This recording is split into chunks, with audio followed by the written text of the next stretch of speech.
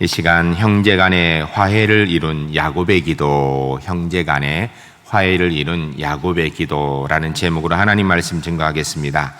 우리가 이 세상의 삶을 살아가면서 가장 허물없는 사이 하면 당연히 가족일 것입니다. 살면서 내게 가장 힘이 되고 삶의 의미가 되고 또 능력이 되는 존재들 당연히 가족일 것입니다.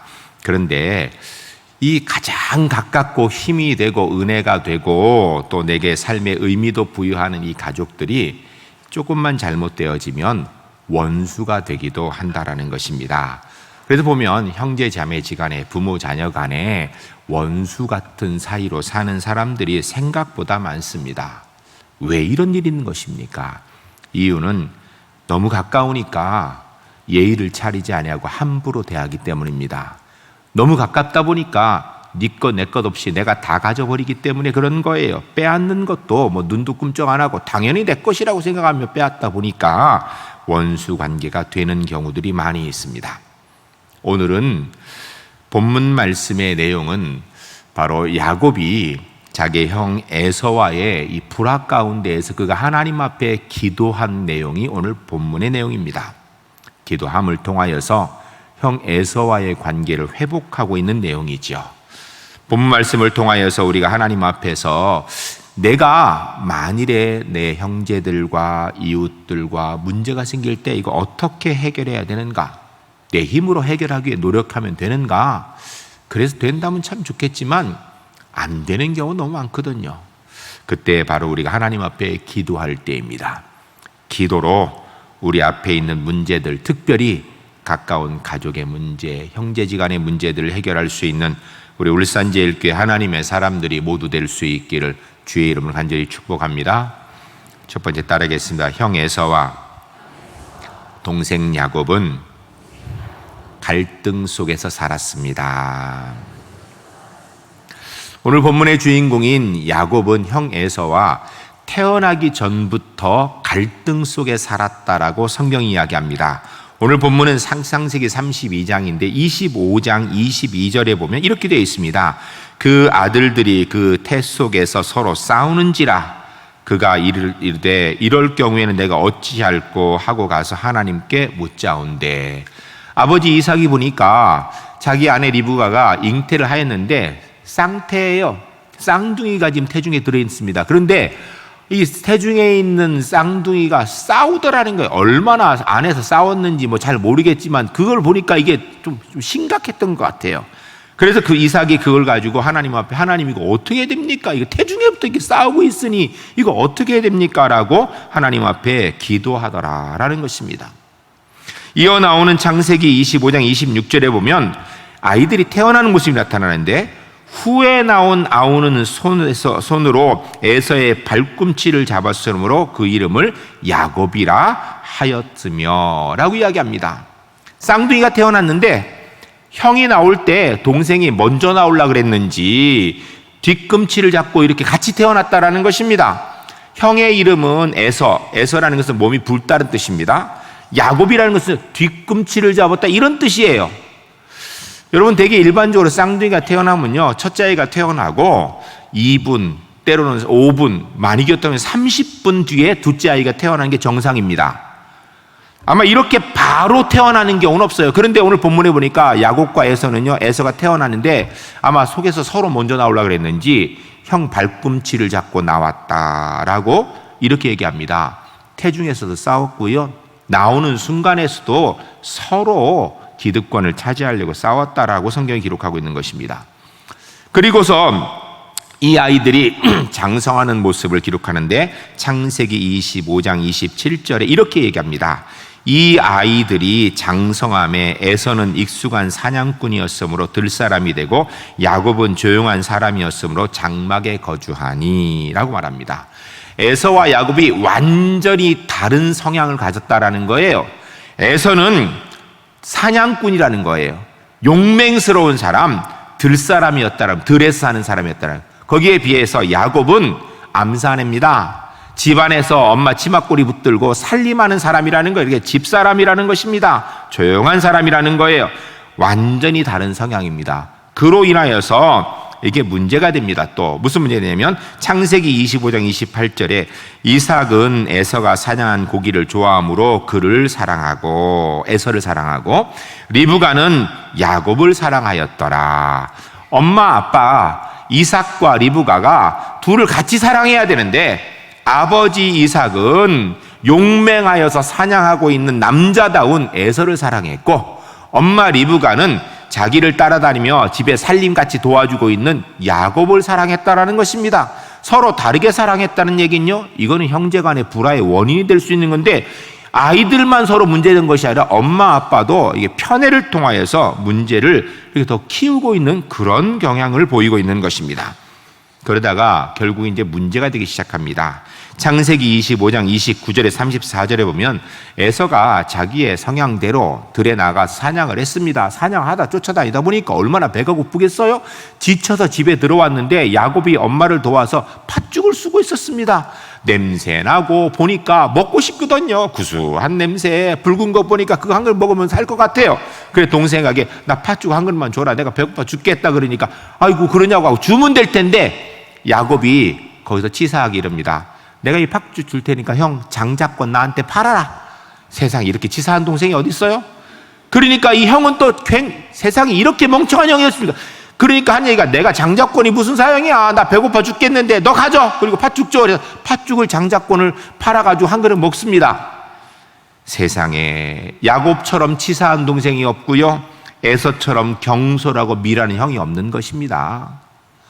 결국은 이래서 팥죽 한 그릇에 장자의 명분을 동생에 팔아먹었습니다. 그런데 이것이 그냥 끝난 것이 아니라 사단이 납니다. 창세기 27장 15절부터 40절까지 보면 이제 이삭이 죽을 때가 되니까 자기 애들 사랑하는 큰아들을 불러서 내가 이제 죽을 때 됐으니까 내가 네가 사냥한 음식 먹고 배불러서 마음껏 마지막으로 너를 축복할 테니까 장자의 축복을 할 테니까 가서 사냥해 와라. 그리고 보냈어요. 그 얘기를 엄마가 듣고 리브가가 듣고 그냥 있는 것이 아니라 야곱을 불렀습니다. 자기 사랑하는 아들을 불러가지고 너 양떼에 가서 좋은 거 빨리 잡아와라. 잡아오니까 그거 요리해가지고 아버지 입맛에 딱 요리한 다음에 이게 문제가 뭐냐면 요리는 했지만 에서는 들사람이고 야곱은 암싸내거든요. 에서는 털이 부숭부숭하고 야곱은 매끈매끈해요. 이걸 가리기 위해서 엄마가 에서의 옷을 빼서 몰래 가져다가 야곱에게 입힙니다. 그리고선 에서가 털이 없으니까 양 잡은 걸 가지고 팔에다가 목에다 둘러줘요. 들어가라고. 들어갔습니다. 이삭이 그래요. 아니 어떻게 벌써 왔냐 그랬더니 하나님께서 인도하신 데가 벌써 왔다 그래요. 목소리가 야곱이거든요. 그러니까 너 야곱 아니냐? 그러니까 아니라는 거예요. 나 에서라는 거예요. 냄새를 맡아보니까 눈이 이 침침한 눈이 잘 안 보이는 이삭이 냄새를 맡아보니까 에서의 옷에서 에서 냄새 나거든요. 만져보니까 털이 부숭부숭하거든요. 그래서 이상하다 생각했지만 마음껏 고기 먹고 마음껏 축복했습니다. 장자의 축복을 다 했어요. 그리고 야곱이 나갔습니다. 잠시 뒤에 에서가 돌아왔습니다. 요리를 해가지고 들어갔더니 아버지가 하는 얘기가 너 누구냐 그러는 거예요. 저 에서인데요. 방금 했던 애는 누구냐? 내가 그한테 축복 다 했다. 너한테 더 이상 축복해 줄 게 없다라고 얘기합니다. 그러니 에서가 화가 납니다.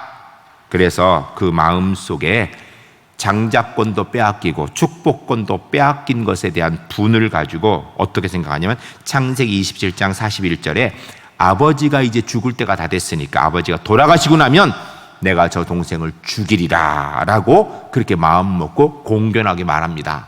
이 말을 듣고 어머니 리브가가 그냥 뒀다가는 큰아들이 작은아들을 죽이게 되고 그렇게 하면 문제되니까 자기의 사랑하는 둘째 아들을 자기의 오빠의 집 하란에 있는 라반의 집에 보냅니다. 몰래 도망을 보내는 거예요. 그래야 그곳에 가서 이제 헤어지게 되는 겁니다. 성경 안에 보면요. 태어나기 전부터 태어나서 삶을 살아가면서 야곱과 에서가 헤어지기 전까지 둘이 편한 적이 거의 없습니다. 늘 경쟁 관계에서 다투고 결국은 주변의 환경과 상황이 더 보태어가지고 원수가 되어버린 것입니다. 여러분은 여러분의 형제 자매들과 화목합니까? 아니면 원수가 되어 살고 있습니까?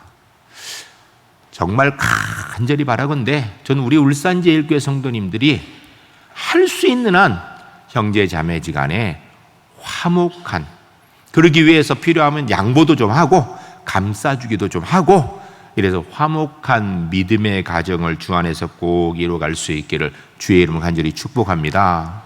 생각보다요, 형제지간에 문제가 있는 경우가 너무 많아요. 부모 자녀지간에 문제가 있는 게 너무 많습니다. 심지어는 예수 믿는 사람까지. 그러면 안 되겠죠. 할 수 있는 한 양보하고 할 수 있는 한 감싸 안아서 하나님의 자녀답게 행복한 믿음의 가정의 주인공들이 꼭 될 수 있기를 주의 이름으로 간절히 축복합니다. 두 번째 따라하겠습니다. 야곱은 에서와의 문제를 하나님 앞에서 해결했습니다. 야곱이 형 에서가 자기를 죽인다려 하는 것을 알고 어머니의 뜻에 따라서 피난해서 하란의 삼촌 라반의 집에 왔는데, 거기에서 사는 동안에 야곱이 아내도 얻게 되고 자녀도 얻게 되고 재산도 많이 얻습니다. 그런데 문제는 올 때는 혈혈단신으로 빈손으로 왔는데 그 많은 재산들을 그냥 얻었는가? 대다수가 삼촌 라반에게서 받은 것이나 빼앗은 거나 속은 거나 이런 거예요. 이런 걸 알고 있는 삼촌 라반이 더 이상 그를 용납할 수 없다라는 것을 야곱이 알게 됩니다. 야, 여기서 더 이상 못 살겠다 싶으니까 이제 그가 갈 수 있는 데는 딴 데가 없어요. 고향으로 돌아가는 수밖에 없는 거예요. 그래서 고향으로 돌아가기 위해서 떠나게 되는데, 야곱이 고향으로 돌아온다는 이야기를 에서가 듣게 됩니다. 에서가 들을 때에 에서가 야곱을 맞이하기 위해 나오는 모습이 기록된 게 창세기 32장 6절이에요. 거기에 보면 이렇게 되어 있습니다. 야곱이 사람들이 미리 보내서 좀 에서를 정탐했더니 그들이 돌아서 하는 얘기가, 우리가 주인의 형 에서에게 이른즉 그가 400명을 거느리고 주인을 만나러 오더이다 라고 얘기합니다. 400명을 거느리고 에서가 야곱을 만나러 온다라는 거예요. 동생을 만나러. 여러분, 동생을 수십 년에 만나기 때문에 정말 너무너무 반가워서 잔치를 베풀려고 400명을 데려오는 게 아니에요.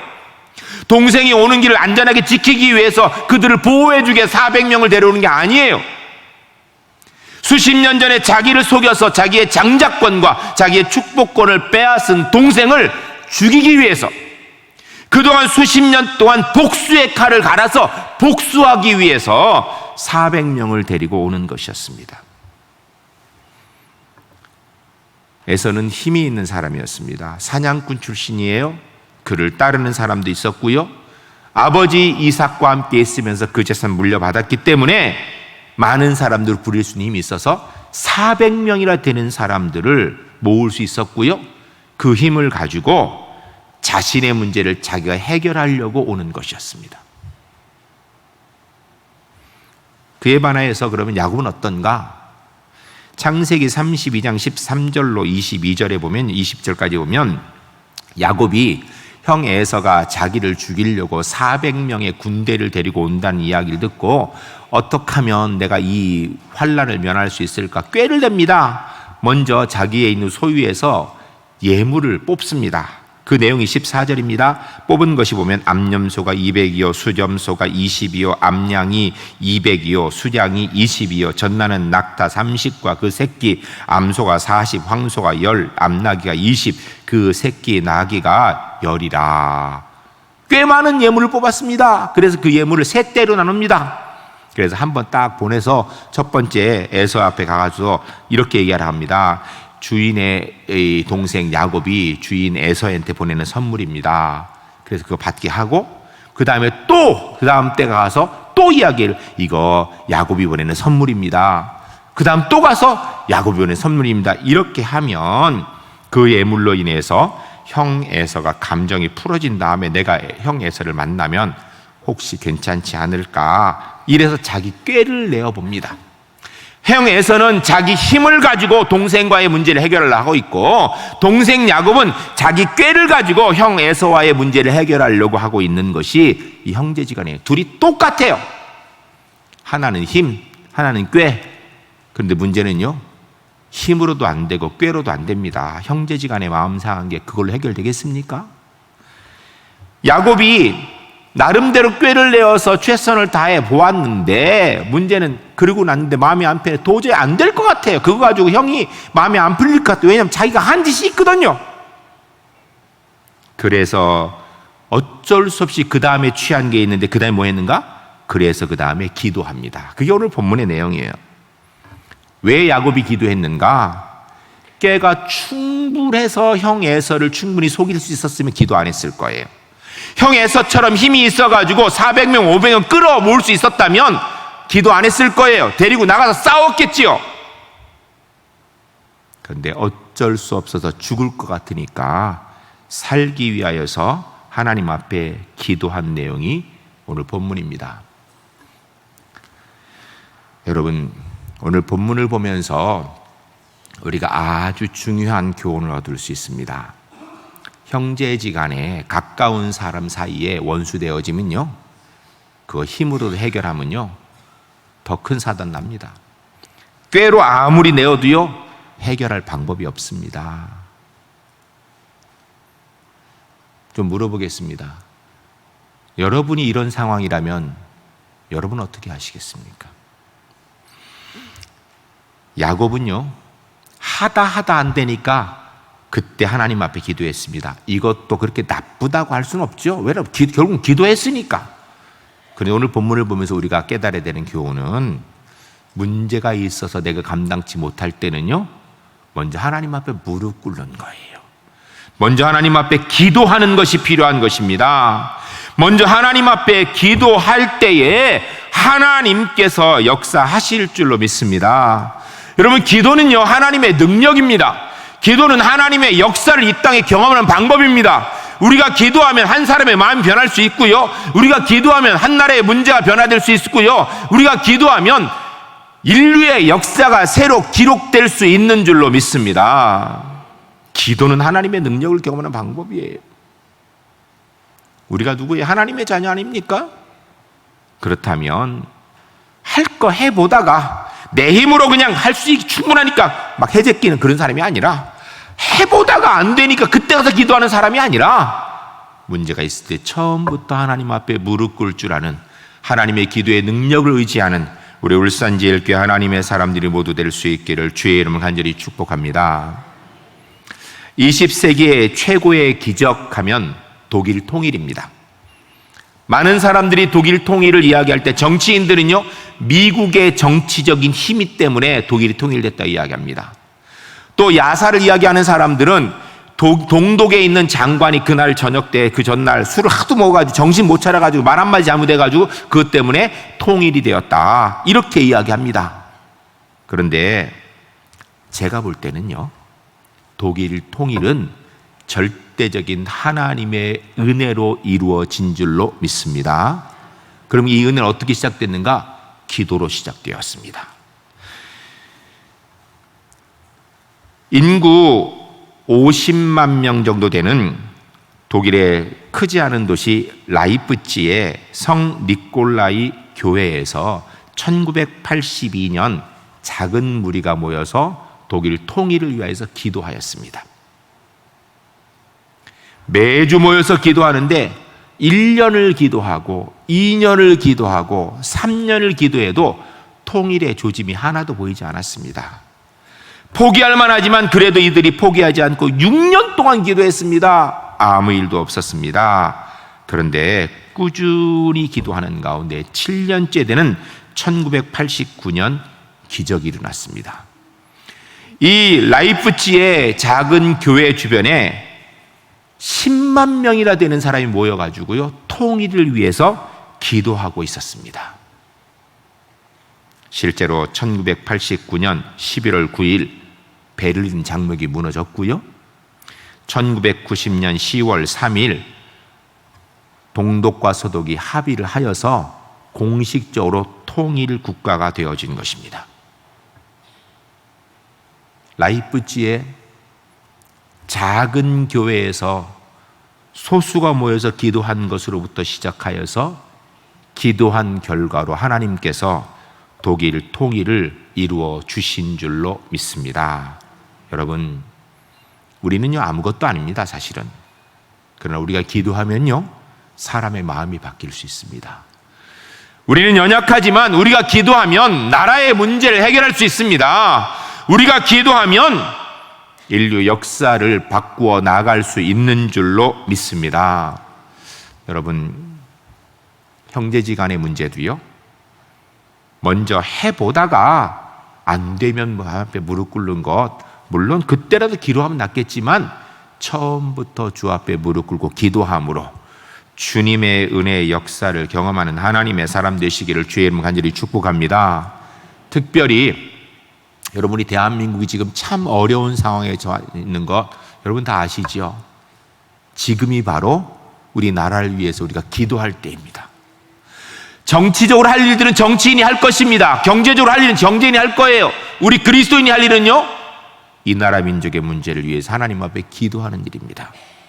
우리가 기도할 때 주님께서 은혜로 인도해 주실 줄로 믿습니다. 세 번째 따르겠습니다. 야곱과에서는 형제로서 진심으로 화해했습니다. 야곱을 죽이기 위하여 400명의 군사를 이끌고 간 에서, 자기가 꾀를 내어보다 도저히 안 되니까 하나님 앞에 기도한 야곱, 그들이 다음 날 만났을 때 어떤 일이 있었는가? 서로 부둥켜 안고 에서가 야곱을 용서하고 야곱은 형의 분노를 벗어났다라고 성경이 기록합니다. 동생 야곱을 죽이기 위해서 분을 가지고 복수를 다짐했던 에서가 400명을 데리고 온 그 마음이 언제 변했을까요? 야곱이 약복강을 건널 때요? 아니면 동생을 수십 년 만에 본 그 순간에요? 아닙니다. 야곱이 전날 밤 홀로 하나님 앞에 기도할 때 복수심에 가득했던 에서의 마음이 녹기 시작한 거예요. 야곱이 강가에서 기도할 때 전능하신 하나님께서 에서의 마음에 분노를, 야곱을 향한 원수 갚음에 대한 복수심을 제거하여 주시고 동생을 사랑하는 마음을 넣어주신 것입니다. 그래서 오늘 본문 위에 있는 창세기 33장 4절에 보면 에서가 달려와서 야곱을 맞아요 안고 목을 어긋맞고 야곱과 입맞추고 서로 우니라 라고 기록하고 있습니다. 5절부터 7절까지는 야곱의 가족을 환대하니라, 8절부터 11절까지는 야곱의 예물을 기쁘게 받았더라, 12절부터 15절까지는 천천히 홀로 가겠다는 야곱의 청을 에서가 들어주었노라 라고 이야기합니다. 여러분, 사실은요, 본래는 어떻게 하려고 이제 400명을 데리고 온 거예요? 원수 갚으려고. 혈기왕성한 들사람 사냥꾼 출신 에서는요 400명 데리고 왔을 때 예물을 처음에 딱 받으면 어떻게 될 것 같아요? 그거 가지고 마음이 녹아요? 자기의 인생을 송두리째로 바꿔버린 그 존재인 동생을, 예물을 다 죽였을 것입니다. 야곱이 두 떼로 나왔으면 자기의 재산을, 한 떼를 에서가 치면 다른 한 떼가 도망가라고. 에서가 어떻게 했을 것 같아요? 200명씩 나눠서 아마 끝까지 쫓아가 다 없애버렸을 거예요. 가족들을, 그 다음에 부인과 자녀들을 앞서 보냈습니다. 야곱이 어떻게 그렇게 했을 때 에서가 그들을 만나면 어떻게 했을까요?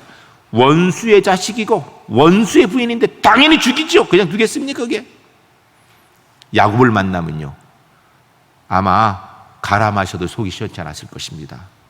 그랬는데 그의 마음속에 용서하는 마음, 동생을 사랑하는 마음을 하나님이 담아주셨어요. 초나라에, 중국 초나라에 장왕이라는 분이 계셨습니다. 이분이 왕으로 있는 가운데 큰 나라에 난리가 있었습니다. 이 난리를 평정한 후에 공을 세운 신하들을 치하하기 위해서 연회를 베풀었습니다. 신하들을 아낀 장왕이 너무너무 신하들을 아끼는 바람에 후궁들이 들어오라 그래서 후궁들이 이 신하들을 다 이렇게 시중을 들도록 그렇게 했습니다. 연회 중에 갑자기 바람이 불어서 불이 꺼져버렸습니다. 꺼지고 났는데 갑자기 한 여인이 비명을 지릅니다. 그리고 하는 얘기가 이 사람들 중에 누가 한 사람이 자기 가슴을 만졌다라는 거예요. 자기를 추행했다라는 거예요. 그런데 자기가 그 사람의 갓끈을 잡아 당겨서 끊어놨으니까 왕은 빨리 불을 켜가지고 갓끈 없는 그 놈을 성추행범으로 잡아서 처벌해라. 그 이야기를 듣고 장왕이 당장에 불을 켜고 그럼 잡아 죽여라 이럴 줄 알았는데 그렇게 안 했습니다. 오히려 이렇게 얘기했습니다.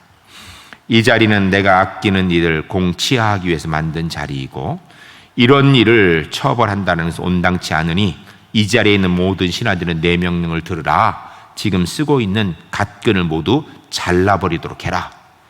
지금 일은 이런 자리에 후궁을 드리게 한 나의 경솔함에서 빚은 일이니 불문토록 하겠다.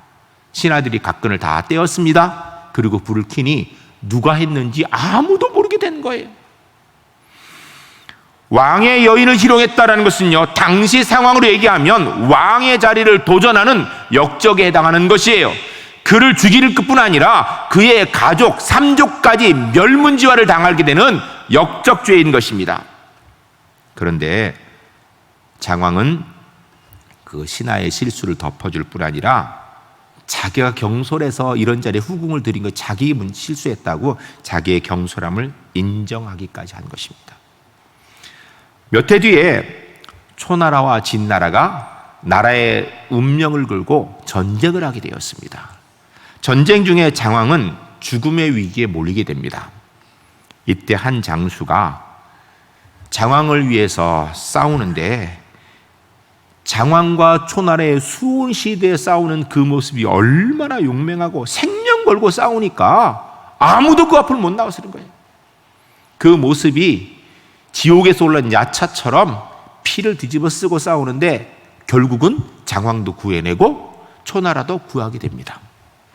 전쟁이 끝난 다음에 장왕이 그 장수를 치하했습니다. 이가 우리나라를 구한 자라고. 그러자 그 장수가 장왕에게 공손히 절하며 이런 얘기를 했습니다. 몇 년 전에 연회 자리에서 술에 취해서 죽을 죄를 지은 소신을 폐하께서 살려주셨습니다. 그날 이후 소신은 새로운 삶을 얻게 한 제 목숨 폐하의 것이라고 생각하며 살아왔습니다. 오늘 이 전쟁에서 제가 폐하를 위해서 목숨을 바쳐 폐하의 목숨을 구할 수 있어서 제가 너무너무 감사합니다 라고 얘기했습니다. 이 사건을 고사성어로 얘기한 것이 절영지회라는 고사성어입니다. 각근을 자른 연회라는 뜻이죠. 그 의미는 남의 잘못을 관대히 용서하고 자신의 허물을 깨우친다라는 의미입니다.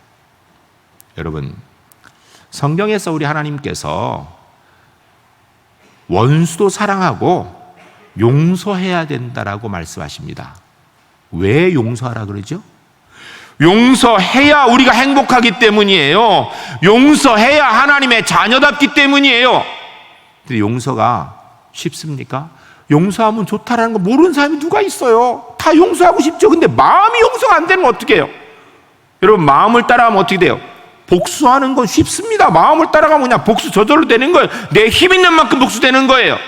그런데 힘이 있을 때 그 힘 쓰지 아니하고 꽤 있을 때 꽤 쓰지 않고 용서하는 건요, 이거는 인력으로 잘 안 되는 일입니다.